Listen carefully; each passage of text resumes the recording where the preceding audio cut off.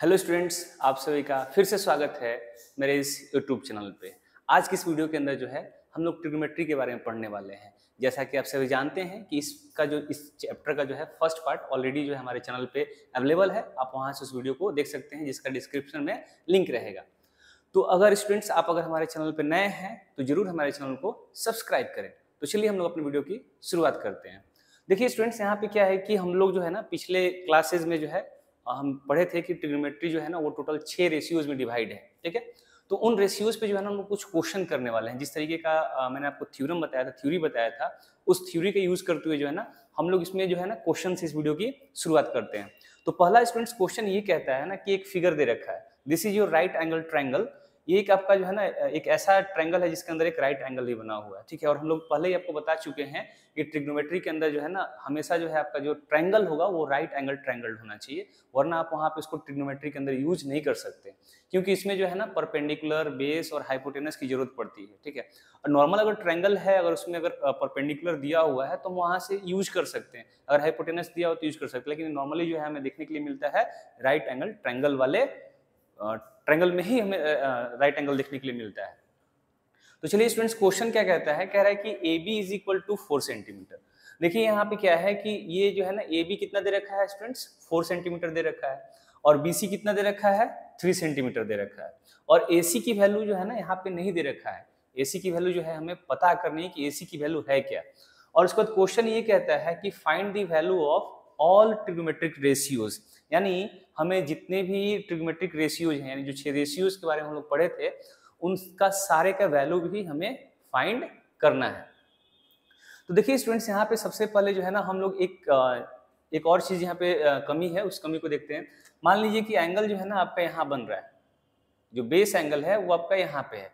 तो आपको पता है कि अगर ये एंगल सी के पास जो है ना एंगल दिया हुआ है, तो आपका ये इस एंगल के लिए बेस कौन सा हो जाएगा, BC बेस हो जाएगा, और AB क्या हो जाएगा आपका परपेंडिकुलर, और AC जो है हमेशा कॉमन रहता है दोनों में, वो आपका हाइपोटेनस ही रहेगा।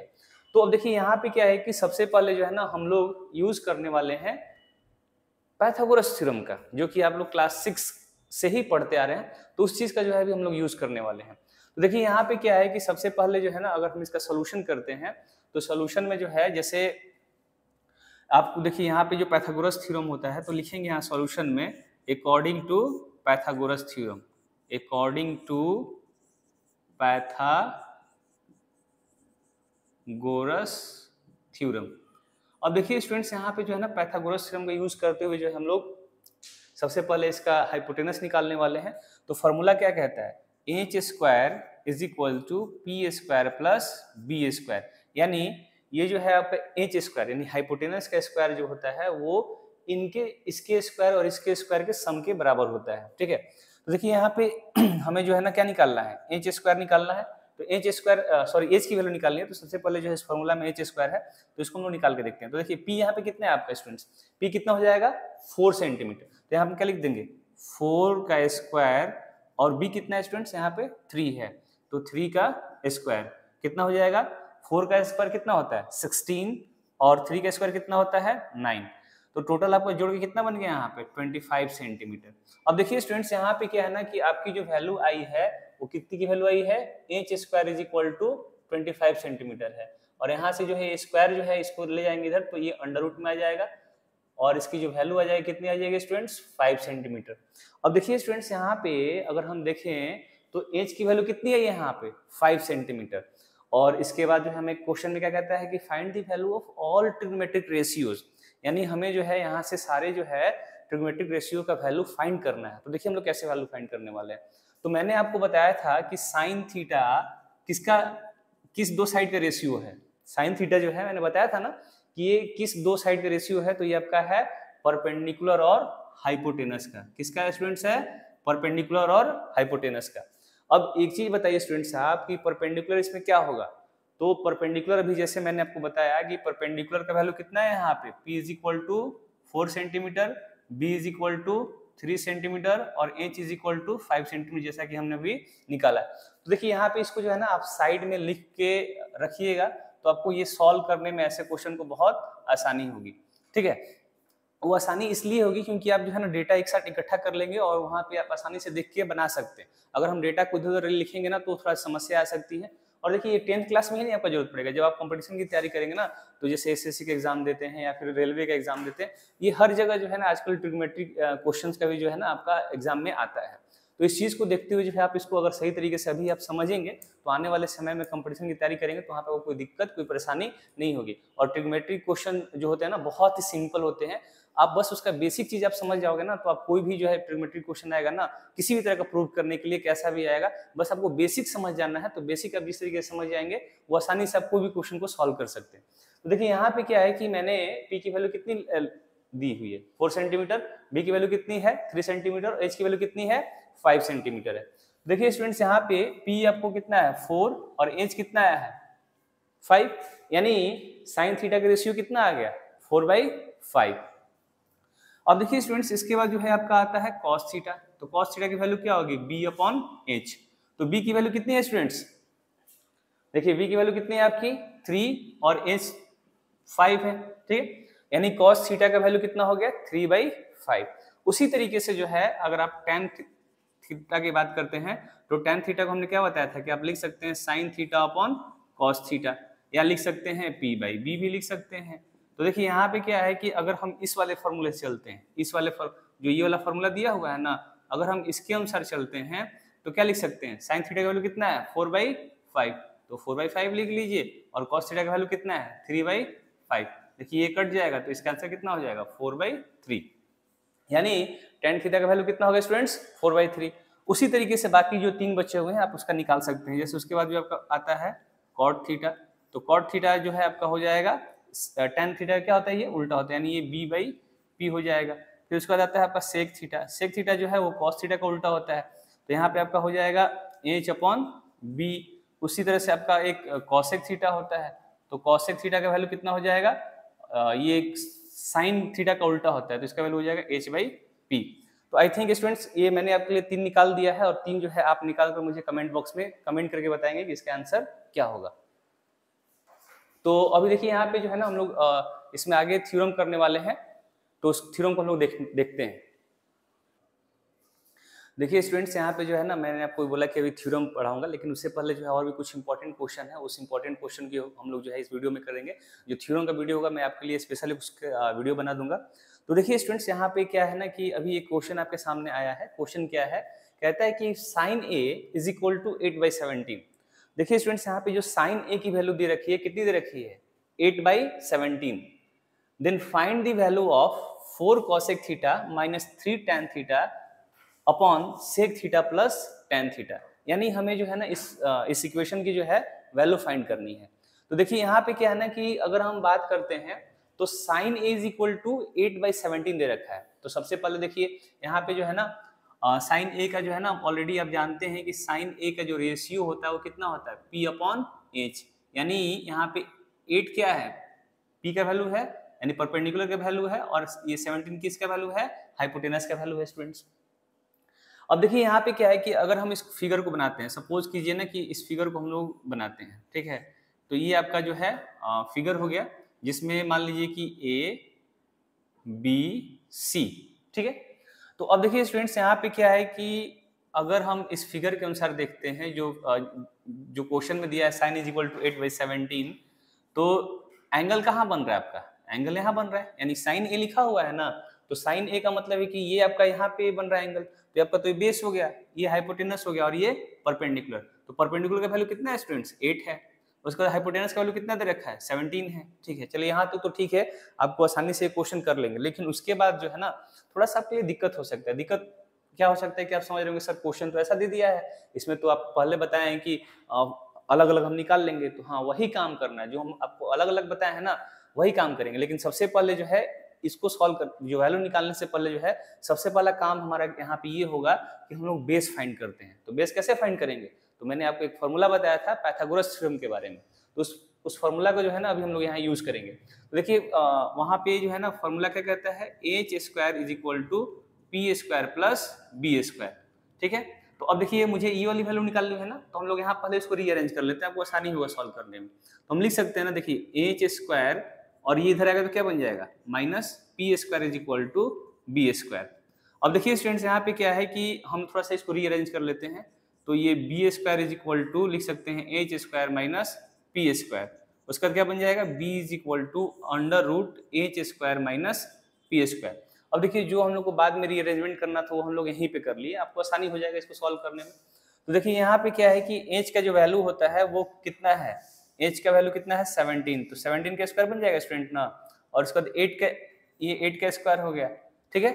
तो यहाँ से जो है ना आप b की वैल्यू जब आगे हम देखेंगे यहाँ पे, तो अंडर रूट में 17 का स्क्वायर कितना होता है आप लोग को याद होना चाहिए, कम से कम जो है 30 तक का स्क्वायर और स्क्वायर रूट याद होना चाहिए, ताकि जो है हम लोग जो है ना आसानी से किसी भी चीज का जो है वैल्यू फाइंड कर सके, ठीक है।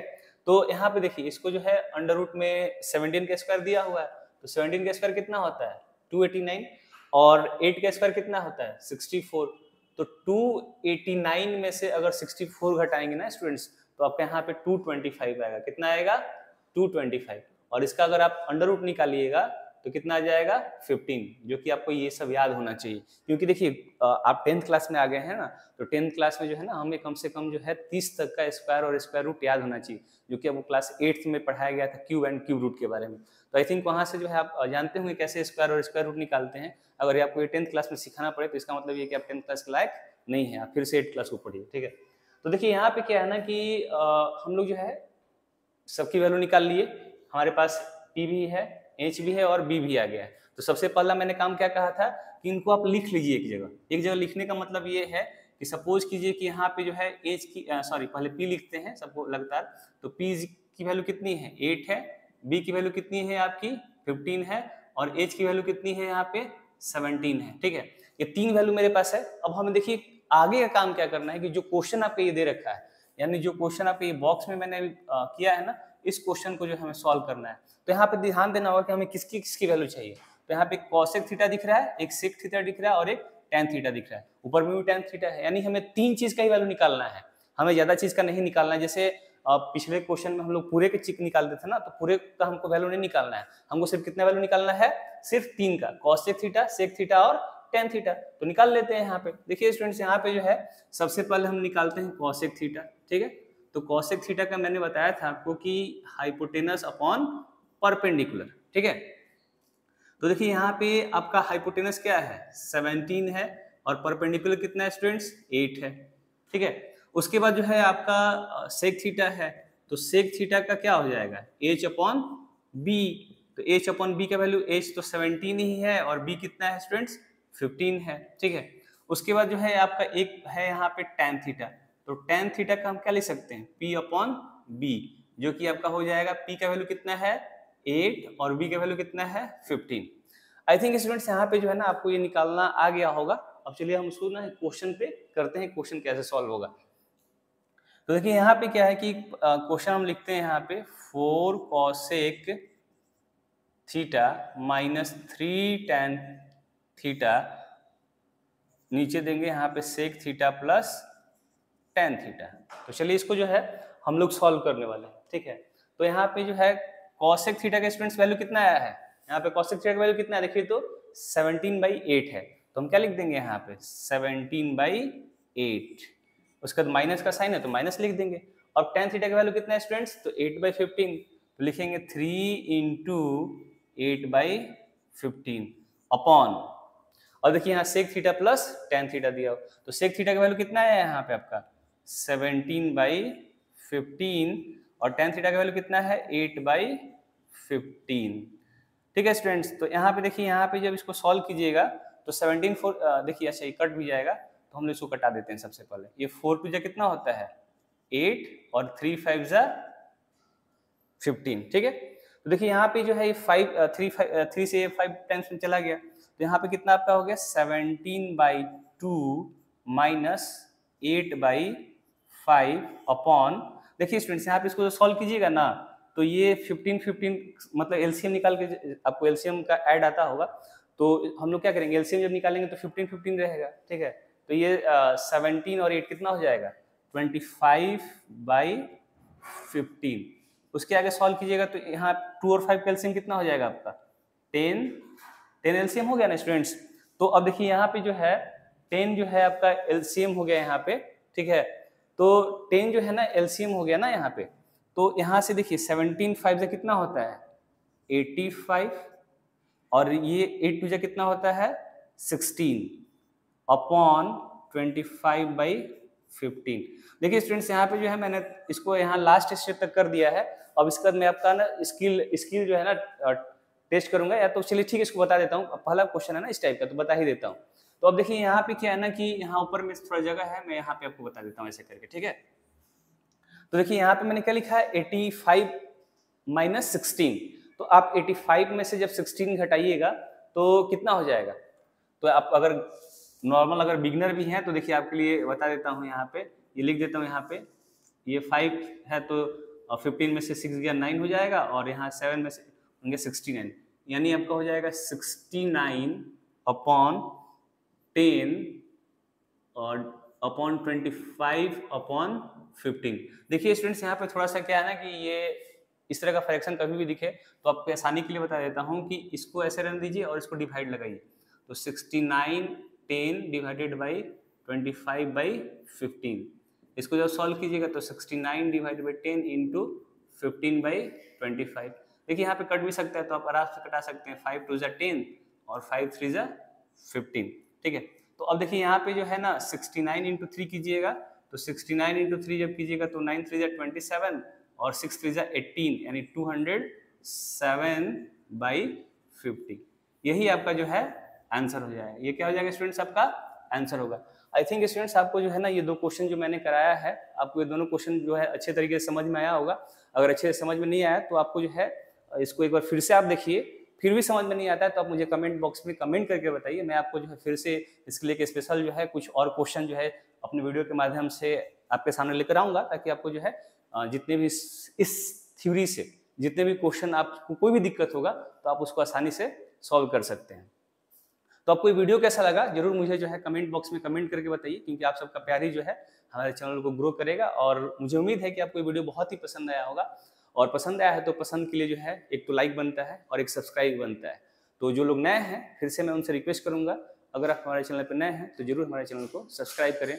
थैंक यू, जय हिंद।